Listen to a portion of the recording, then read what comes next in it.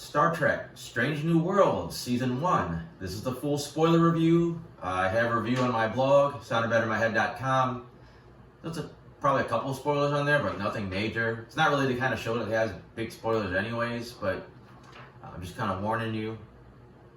I ended up giving this a 4 out of 5. I really enjoyed it. Could have gone a little higher. I think some of it's nitpicking, but I still think it's fair for what they're trying to do with basically a prequel series. You know, when you're telling a story, and then you go back to tell an earlier part of a story, and the two stories don't match up. I know you're trying to make both stories good, but you're kind of dicking over people that heard the first part of the story, saying, "Oh, well, that story wasn't quite right." You know, and a lot of franchises have had this problem. And I think they've even said that continuity with the series, they'll try to stick with it, but if it gets in their way, they're just going to try to, dance around it. Whatever. It is what it is. Another small complaint, the show is episodic, so basically every episode is a standalone story, more like traditional Star Trek, especially like the Next Generation, as opposed to like, the classic Star Trek where, a major character could, die, or Kirk's brother could die, and then they'll never mention again that his brother was killed. This show, the character stuff loosely carries over. If you ever watch like an NCIS or any of those procedural shows, like the character beats kind of carry over, but the story is different every week. You got a pretty good variety of stories here with the Strange New Worlds. Some of them are real corny, some of them are actually kind of scary. A little bit of everything in between, just classic sci-fi. I think it still would have helped if there was some kind of slight plot line running through the whole season that paid off in the finale that involved the whole crew. Like a good example, like I mentioned, NCIS. Sometimes they will have a little thing where there's like a main bad guy they gotta stop, and it gets brought up once in a while. It's not like every week. It's just kind of in the background. It comes up once in a while. And then there's like a payoff in the end. I feel like the Orville's doing that a little bit as well this season. They have a ongoing threat with the Kaylon. So this does a little something kind of pushing the overall narrative of the season forward instead of these just the single episodes and the character, stuff. As far as the characters themselves, Pike's phenomenal. He's a great captain. He reminds me a little bit of maybe Jonathan Archer in the early days of Enterprise. Is kind of like upbeat, trying to always kind of do the right thing. Listens to his people, very diplomatic as far as captains go. His story arc basically starts the series off, comes up, periodically, and then it has a really solid wrap off and makes a phenomenal finale for his character, but not so much for everybody else. Really gets into, he knows that in about 7 years there's going to be a terrible accident and he's going to almost die. He's going to be paralyzed, he's going to be burned, he's going to be in that wheelchair the rest of his life, and he knows it's coming. There's a lot of how he deals with that. So that's pretty interesting. That's a pretty good, solid story. I think they touch on it just enough where it's not overkill, but they leave it burning just enough so you don't forget about it. As far as Spock goes, they did an interesting thing where they really work on his engagement with T'Pring. It was just a one and done in the original series. It was never really, it was just some chick that he was basically bonded with when he was a kid, and he never really seemed to think about her since. Here, they actually did have a legit relationship, so you're actually potentially going to feel bad when this thing falls apart. But so far they haven't gotten to any of that. Like season 1 ended and things weren't actually still on a good note with the two of them. They also introduced a very mild love triangle, which adding Nurse Chapel to the mix, which I think what goes on here will help explain why later on in the original Star Trek she's so kind of in love, kind of obsessed with Spock, because you could see the seeds planted here.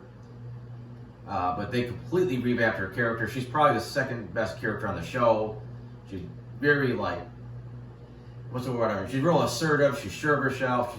She doesn't seem to take no shit. as opposed to the Majel Barrett version from the original series that was a little bit more mousy, which was kind of typical for the 60s, but she's a little bit more reinvented here. Number one doesn't really get that much to do. You don't seem to learn a ton about her. She's just kind of the same as she was what you learned about her from her appearances in Discovery. They do get the weird twist that she's part alien essentially, or all alien. She's genetically modified. It gets brought up once and it doesn't come up again to the end, and that's basically her getting arrested, and that's setting up something for season 2. Don't know where that's going to go. We never see the character again after the menagerie, so will that explain it? Was she in jail the rest of her life? She kicked out of Starfleet? Maybe we'll get those answers next season. Unless they want to do a 3rd season, then you got to kind of get her back on board somehow. Uhura, I think you find out more about her in the pilot episode than you learned about her in the entire run of Star Trek and all the films. She has kind of a lot to do early on, and then she kind of not in a couple episodes. But overall, it's a pretty decent, she's a pretty solid character. You know everything about her you need to know, and it kind of helps inform your viewing of her the rest of the season. Like when you see her make decisions, you know everything is. You feel like you know enough about her to understand her choices. As opposed to Ortega's, you get a good idea what her personality is, but you don't know. You get no backstory. You know she's a good pilot, and you really don't learn anything else about her the rest of the season. I was hoping she'd get at least one episode that kind of gives some backstory, lets you know a little bit about the character, but you really don't get anything. Also with La'an, you get her backstory. There's a big deal that she's a descendant of Khan, and it really never comes up again. I mean, you know about. It's more important that she was captured by the Gorn as a child than her connection to Khan. It's basically they said ignore the rest of the season. So it's almost like why even bring that up if it's not going to pay off at this point. And at least the Gorn was a deeper thing that was kind of in the background. I think that almost would have been better for the crew as the final episode. In fact, it was the second to last episode, and that whole episode felt like a season finale in a lot of ways. Hemmer, decent character, had a lot of potential. I mean, he's only in the last scene of the first episode. He misses like a lot of episodes. I think he's maybe only in half of them. He doesn't get as many moments to shine as I thought he would. The character's fine enough, and then they end up killing him off in the second to last episode.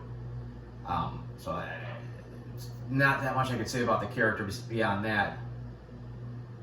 It seemed like he had his most fun in the third to last episode, where they were in the book and the fantasy. But other than that, M'Benga's just okay. I didn't really feel like the storyline with his daughter worked that great. And it would just kind of come and go at random times, and the payoff wasn't what I expected. I mean, I guess it worked, but it was like just like an episode or two prior, he got the first lead on a potential cure, and then all of a sudden it's like, no, can't cure it. Now she goes in the space alien nebula thing. And then supporting characters, like I said, they did a good job of like fleshing out T'Pring. Would have been nice to see a little bit more of Robert April. Just would have liked to see maybe a little bit more, or maybe get back into his history with Pike. Sam Kirk didn't do a ton with him. He's just kind of there. First, he seemed like he was there as just a joke to say, "Oh, Lieutenant Kirk's here," and make you think it's Jim Kirk, but in fact, it's not. We do get the real Captain Kirk in the season finale. Not impressed with the actor. Just never once felt like I was watching any version of a Jim Kirk. Not a young one, not a whatever version. It just never felt like Kirk to me. It didn't look like Kirk to me. So I don't know. I just felt like that never worked. As far as the way the show looked, it looks good. It looks sleek. It takes a lot of the style that we've seen from the Discovery shows, or the Star Trek Discovery era. Tweaks a little bit towards classic Star Trek. I still don't see how this show ends up looking like the Star Trek we expect. Like the Enterprise is so much more detailed and got all these extra lights on it. Like I can't imagine this ship will look like a downgrade and it's supposed to be an upgrade. then switching to the classic uniforms. I was going to bring it up with Robert April. Now, he's never really officially appeared. He was in a cartoon before. In the cartoon, he was a white dude. On the show, he's a black actor, which is fine. Like I said, we've never actually seen him. But like Transporter Chief Kyle, it's supposed to be the same guy from the original series who was another white dude. And now he appears to be Asian. There's a couple other characters that are younger versions of, original series characters, but they're played by different ethnicities. Which I don't care about the diversity, that's fine, but it's like, okay, this character looks this way in 10 years, so he's going to change his race in 10 years? Like, I don't know, it's just kind of weird how they're dancing around. It's not the biggest thing to nitpick, but it kind of takes you out of the say, oh yeah, there's a young Commander Kyle and he had black hair and he was Asian, and just think in 7 years he's going to have blonde hair and be a white guy. Like, I don't know, it's a minor gripe, but it takes you out of this fantasy that they're trying to tell you, and you're already suspending disbelief enough that it is, but it's kind of like, it kind of hurts it. I think that's about all I wanted to say about the show in general. Like I said, I enjoyed it. I nitpicked a little bit, but each episode was pretty solid. Like I said, just didn't have that little narrative oomph to make you like, oh, I gotta see what happens next week. Are they gonna bring this up again? You just kind of watched it and you enjoyed them. Like I said, I watch NCIS. It's a guilty pleasure. You throw it on, and they solve a crime, and then you just go about your day. You don't necessarily worry about some big storyline that's happening. But other than that, I'm gonna go through my notes, see if anything episode by episode is worth mentioning. It's a small one. It's kind of cool. I wanted to see what kind of ships we're gonna see show up in this era, because we don't see a lot of the original Star Trek. They just kept reusing the Enterprise model. Here, it's hit and miss. We see a couple of decent looking ships. There's a point where it looks exactly like the Enterprise, and it's some Sombra class ship. Apparently, it's an Enterprise or a Constitution class, just smaller, which is just silly. I don't know why you just don't make it the same ship or get a new model. As stoic as T'Pring was in the original series, I was surprised she's very frisky here and borderline horny, especially for a Vulcan. I mean, it made the character more interesting, but it's kind of a big difference between her here and later. As far as the pilot goes, I felt like it was a weak story for a pilot. The Pike stuff was strong, but the rest of it was just felt like another episode of the week for a Star Trek show. I did really like the end, showing basically World War III and how Earth was almost wiped out at some point. I know there was a lot of controversy because there was a couple hints towards modern day United States politics thrown in there, but I think it's a Star Trek seeing things going the wrong way and trying to be a little preemptive and a little preachy, but that's generally Star Trek for you. The second episode was fine. You got into this comet and these crazy religious zealot aliens. Remind me of a couple episodes of Enterprise, for example. You had the guys that were guarding the spears, and there was religious nuts, and you get a little bit of that here. But the episode was fine. It was basically just an episode to flesh out her and let her do her thing and make her want to be in Starfleet. There was a little joke where they had a roll over Sam Kirk like he might have been dead, and I think it was intentionally meant to mirror when his brother finds him later on and rolls him over and he's dead. Except then it was a William Shatner with a fake mustache. The third episode, you had they went to the Illyrian colony, and they had the light virus on the ship. That was okay. The cure was kind of came out of the blue. The stuff on the planet didn't really quite mesh as well with what was going on up on the ship, but it was an okay episode. You got the reveal about Una's secret. You also got Mbenga's secret about his daughter. You had the episode with the Gorn. It was a decent little submarine, cat and mouse in the nebula. There was some pretty cool moments in there, like the Enterprise angling itself to kind of drop a photon torpedo on it since the launcher was busted. We always see starships take a hit. People get thrown around, maybe they get bruised up, and those explosions. They actually went a little bit gorier here. There was some pretty nasty injuries from the Gorn attack. So I was a little surprised they did it this way. Episode 5. they basically did the Freaky Friday thing with Spock and T'Pring. It didn't quite do anything with it. I don't think they really learned as much about each other as they could have. We didn't have any kind of hijinks as much as they could have. We're having to switch places. The stuff with the delegates was decent. The side quest was with her trying to, which had to bring in this guy was nothing special. Nice to see that Captain or Admiral April was back.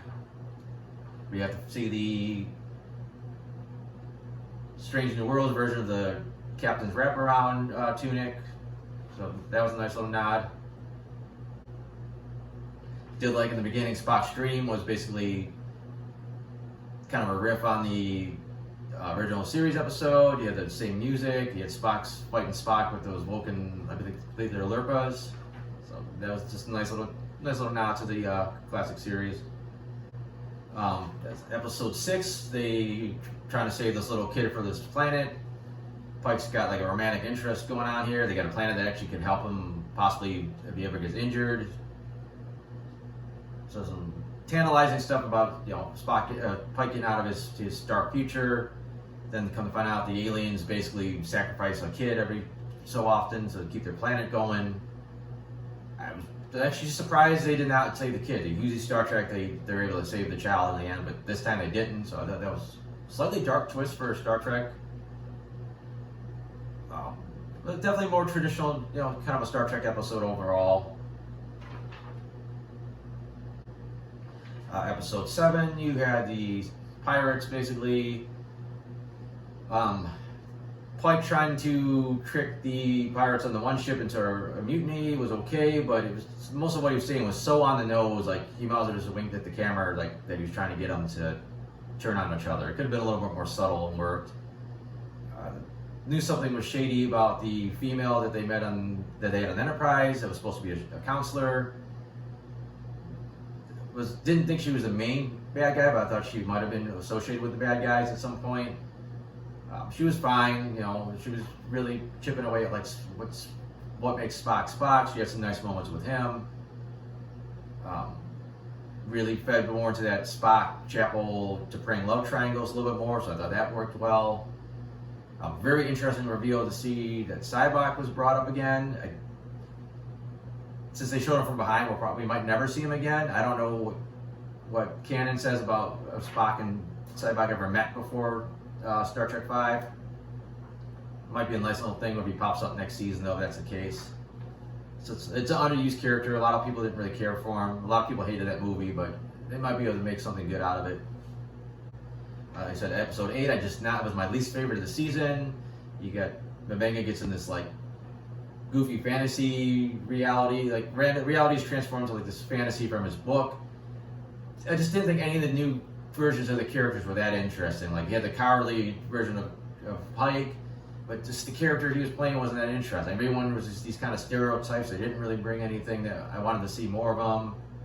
It was kind of funny seeing them, out of character, seeing, La'an act so, frilly and, prim and proper compared to her normal version of the character. I said I did see a little bit of fun with Hemmer in that episode. He was just kind of breaking out of his shell. The ending, like I said, it was not how I thought they would wrap up the ending for M'Benga and his daughter, but I think it worked okay. I think that storyline really didn't need to continue on too much longer. Like I said, episode 9, I thought it could have been a season finale. You're up against the Gorn again. They really, really turned them into rip-offs of Alien. They bust out of your body. They grow quickly. They hide in the shadows. Now they got like predator vision. They could see like infrared. It's really kind of hard to marry that with not only the Enterprise version of the Gorn, but especially the original series version of the Gorn. I guess maybe age is a pretty big factor in how they, different stages of their evolution. Even the babies were ridiculously strong, but surprisingly, fairly gory episode. A lot of blood, a lot of heads being ripped open. Not so much on screen, but like finding bodies afterwards. Unfortunately for me, it was spoiled that Hemmer was not going to make it to the end of the episode. It's still, you knew the crew enough that you could feel their sadness and their pain as they're watching his final moments. So I think that actually helped it hit more than losing Hemmer, because you didn't know enough about his character to really care about him specifically. Kind of nice seeing Spock still dealing with his emotions, still trying to keep him in check. Show implied that Uhura could have been leaving. For the time being, La'an was supposed to be leaving. There's a few other things. Like I said, they were kind of feeling like they were setting up. It could have been a finale. But then we go into the next episode. That was a nice callback, bringing back Captain Patel from the beginning, Captain Patel from the first episodes. Seeing that, you know, she sees that Pike's kind of moving along. I was blown away when they brought the future version of Pike up. I was very happy to see he was in the Star Trek II style uniform. Sort of disappointed, sort of not disappointed that they tweaked it with the Strange New Worlds aesthetic. He had the little deltas down the sleeves. He had a slightly different, you know, flap, and a few other things were slightly changed. I think it still kind of worked for what they were doing. Try not to think too much about the logic about what's actually happening time travel wise. I think you just got to just roll into the story. Really cool seeing them basically redo the Balance of Terror episode, but kind of like a what if Pike was in command and like how things go wrong. I thought that was really well done.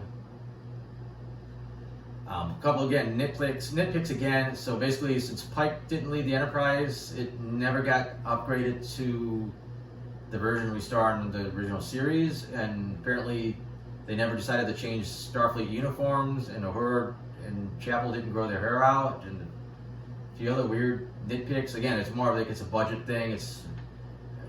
It costs money to get wigs and new uniforms and all that, so I understand why they do it, but it just kind of takes you a little bit out of it when they do stuff like that.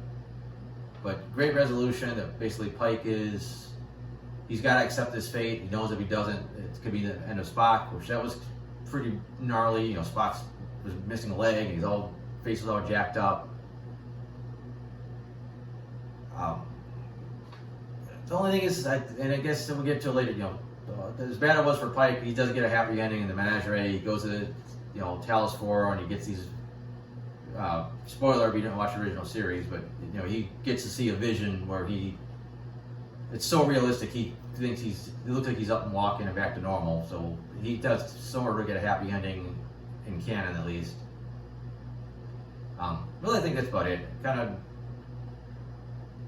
Kind of said what I think I needed to say. I probably forgot a bunch of stuff I wanted to talk about, but that's how these things work. Again, I said I really enjoyed the show. Be interesting to see what they do with season 2, especially if number 1's still in prison. Maybe that is a storyline that kind of slightly goes in the background throughout the series, but you can't leave her off too long because it's a main character. You do want to get her back on the show. But other than that, I got the pretty non-spoiler version of this on my blog. I have other reviews on there. I have comic strips. That's on soundedbettermyhead.com. So thanks for watching.